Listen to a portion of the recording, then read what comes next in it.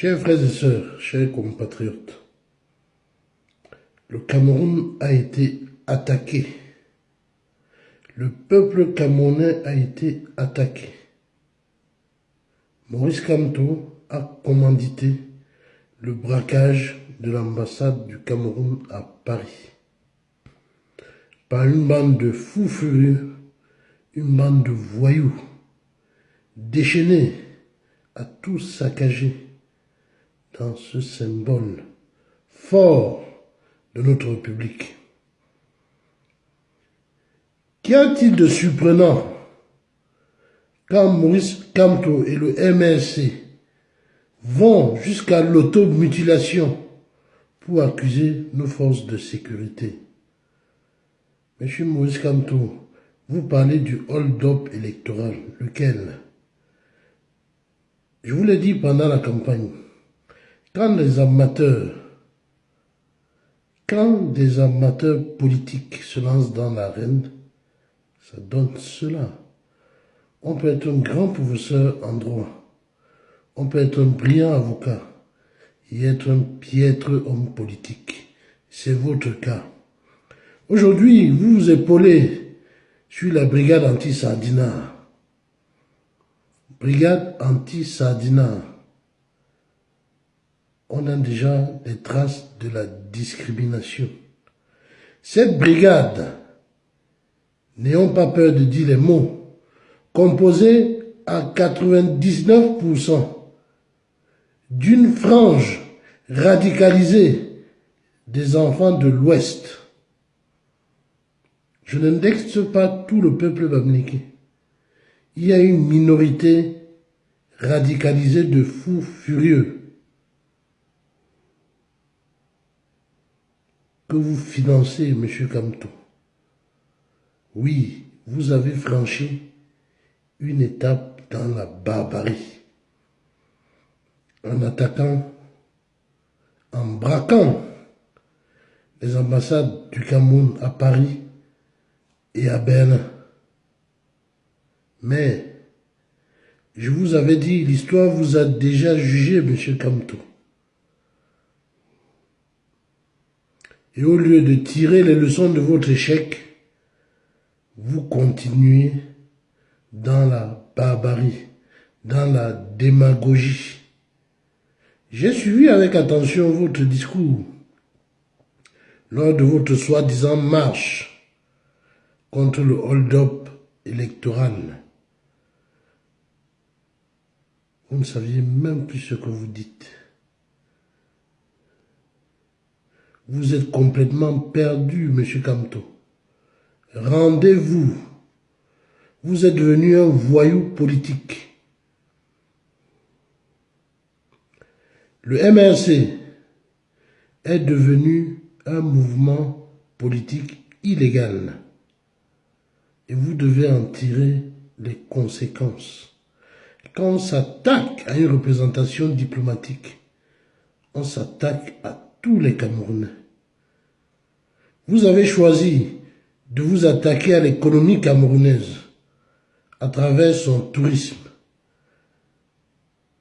Vous avez choisi d'attaquer l'économie camerounaise à travers les investisseurs.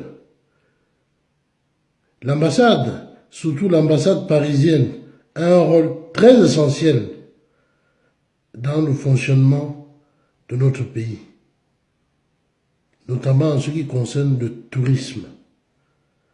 S'attaquer à l'ambassade, c'est s'attaquer au Cameroun. Mais quoi de plus étonnant? Battu sévèrement aux dernières élections présidentielles, vous ne cessez, jour après jour, dans les réseaux sociaux, d'appeler les Camerounais à descendre dans la rue. Personne ne vous suit. Vous êtes ridicule. Cette brigade anti-Sardinat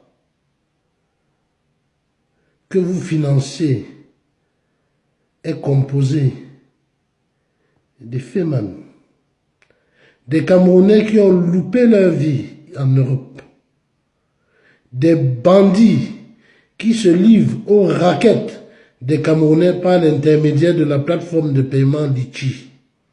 Oui, monsieur Kamto, vous êtes un voleur, comme vos amis de la brigade anti-Sardina. Mais le peuple en a assez. Rangez-vous, ou alors allez vous constituer prisonnier, parce que le chemin qui vous reste est très faible. Votre plan national de résistance, vous résistez à quoi? Le Cameroun est en mouvement. Vous voulez tout récupérer. Même le report de la CAN, vous voulez vous en servir pour faire de la démagogie. Mais rien d'étonnant, vous êtes entouré des grilles du système. Penda Ikoka, ancien du système, aigri. Paul-Éric Kingé, ancien du système, maire DPC, aigri. Maître Michel Ndoki, que vous mettez dans votre melting pot, qui est complètement perdu, pour couvrir votre tribalisme primaire et dangereux. Oui, parce que vos équipes représentent 99% des vôtres. On n'arrive pas au pouvoir par l'ethnie. Un président est un président de la République de tous les Camerounais. Pas les Camerounais de sa tribu, comme vous voulez faire. Mais sachez, M. Kamto, que vous venez de créer beaucoup de tort aux familles de ces enfants perdus de la brigade anti-Sardina. Parce que déjà certains sont derrière les barreaux et d'autres vont les retrouver grâce à votre non-sens. Vous avez perdu le sens des choses.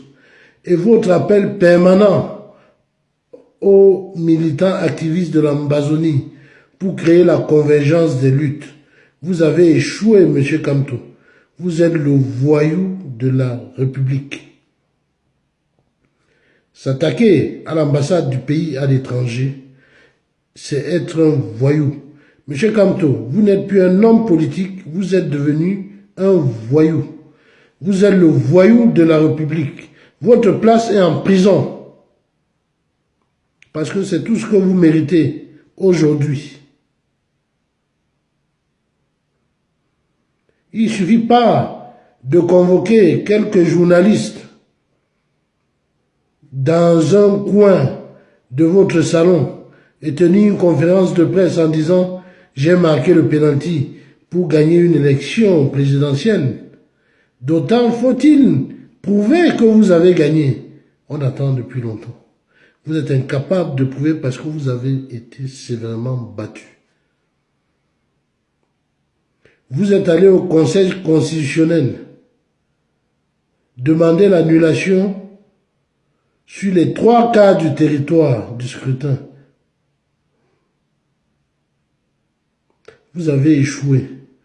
Vous êtes allé faire ce qu'on appelle communément le jeu de Djambo en présentant les PV. Voilà votre mascarade devant le Conseil constitutionnel, mais les Camerounais ne sont pas dupes. Et ça ne suffit pas. Vous vous permettez aujourd'hui d'attaquer le peuple. Vous vous permettez de vous auto-mutiler pour accuser les forces de sécurité du Cameroun. On a vu des blessés par balle qui marchent avec des blessures superficielles.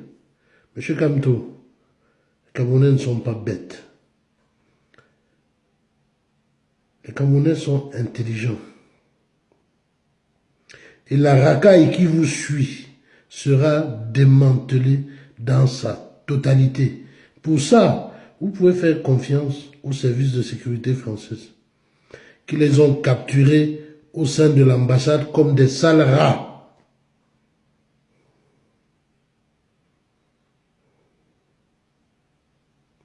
Voilà comment vous avez transformé une partie de vos concitoyens. Vous qui voulez être président de la République.